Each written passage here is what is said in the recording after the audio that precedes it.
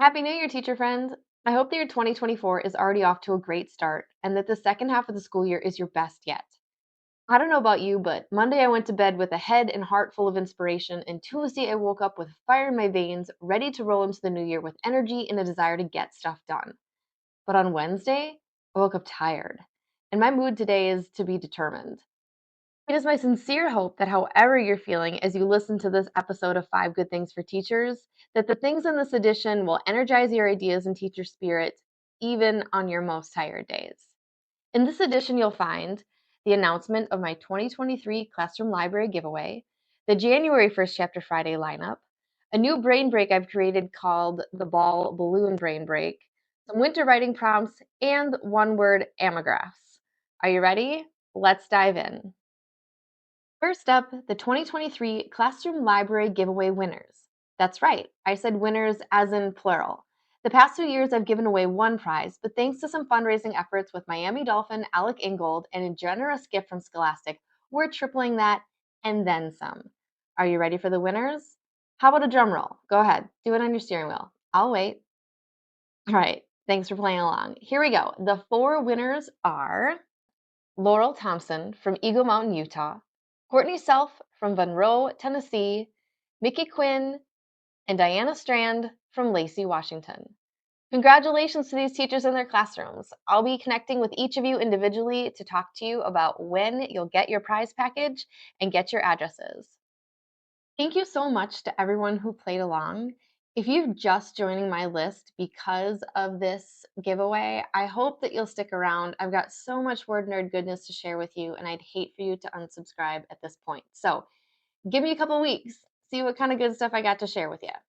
All right, next up, good thing number 2, the January 1st Chapter Friday lineup.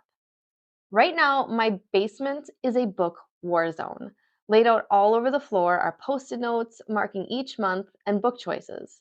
It's a little bit of a puzzle, one that I'm still working on. But I do know what I'm going to share with you in January, February, and part of March, so I'm making progress. Here's what you can expect for January's First Chapter Friday lineup. First up, Conspiracy 365 January by Gabrielle Lord. That's a thriller for your kids who love lots of action and maybe a little bit of danger. Then The Maze Runner by James Dashner. It's the first in a series, a dystopian series. Then Project F by Jeannie DeProw. She wrote City of Ember, which is super popular, so I'm very excited to dig into this one and see if it's just as good.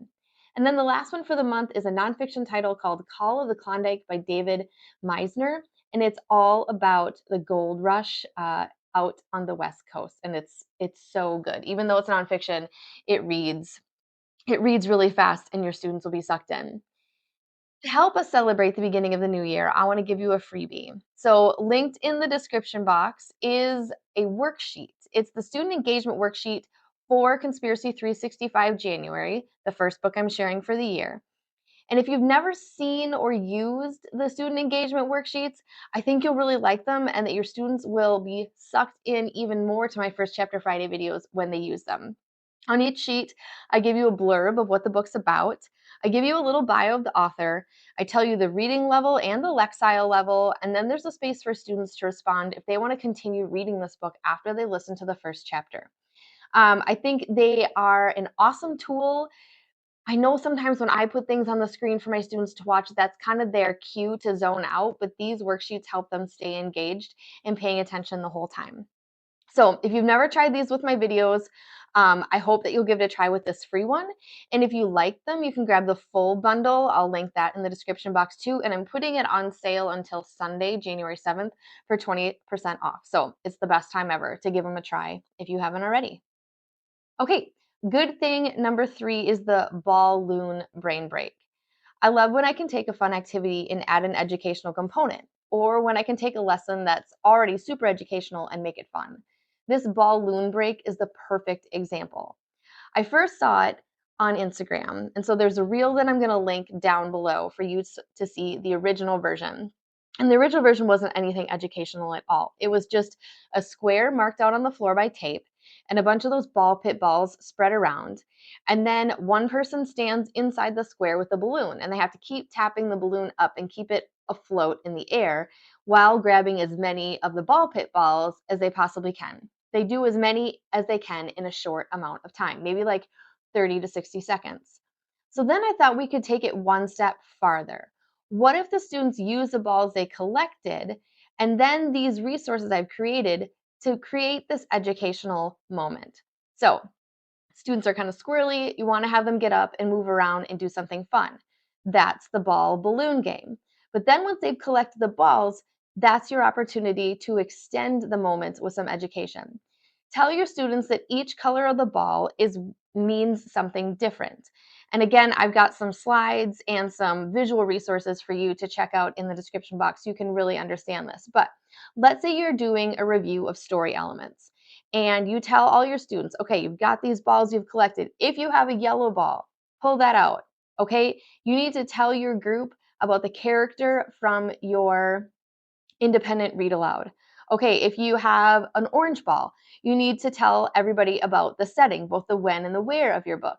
And then each color of the ball is a different story element. And so you're able to use this fun activity to then connect back to the curriculum and the content that you're talking about. You could have these ball colors mean anything, but I've given you some slides and examples for story elements, parts of speech, story format, and genre. But you could use this in science, math, like literally any content area. I'm just getting the ball rolling for you and showing how this might look and work, and then you can take it from there. Good thing number 4 is winter writing prompts. January is a great time to start new routines. If you're wanting to reinvest in your writing time as a class, this free list of winter writing prompts could be a good place to start. As always, I'll link it in the description box. Print the list, cut each prompt into its own strip of paper. Clothespin them to a line for kids to browse and pick, or put them in a bucket or hat for random selection. Or you could ball them up and have a mini snowball/paper ball fight for 1 minute and then pick one randomly off the floor to write about. Write for a few minutes, throw again, and then write again. Remember, gamification works wonders, especially with middle school students. Yeah, it might be a little bit rowdy for a minute, but if they're having fun and then they're writing, I think that everyone can consider that a win. My students and I wrote, yep, I wrote when they wrote, for 10 minutes every single class period. We did it right after the read aloud at the beginning of class. If you adopt this, you'll be amazed at the amount of words students can produce when you put in a little time each day free reading. If you're looking for an instrumental playlist to use while you're writing, I'll make sure to link that in the description box too. And last but not least, good thing number 5 is one-word agamographs. That is kind of a weird word, but it's one of those things where you have a word, you have 2 words, and depending on how you tip the paper, you can see one and then the other. It's like those signs you walk by in the airport where, like, walking this way, it says Denver, and then you come back the other way and it says San Diego, depending on which direction, you're headed, you're flying. During my holiday Instagram scrolling, I discovered this gem of an activity from Maureen at Tales from a Very Busy Teacher. She says this activity was one of her absolute favorite lessons to do in January with her students, and I can see why.